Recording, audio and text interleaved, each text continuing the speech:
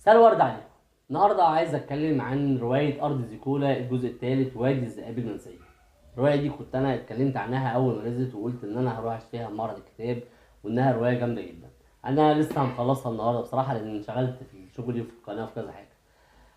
احب اشكر الاستاذ عمرو عبد الحميد جدا جدا جدا جدا على خياله الرائع في الروايه دي، لان هو فعليا تفوق على نفسه بربط الاحداث ببعض وسرد كل شخصيه لمنظورها من الروايه، سواء خالد او مش عايز احرق طبعا الروايه، بس دي تكمله للجزء الاول والثاني من ارض زيكولا.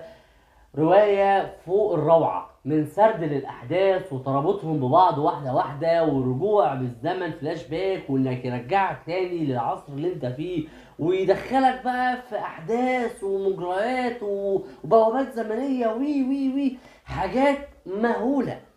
فعلا الرواية دي من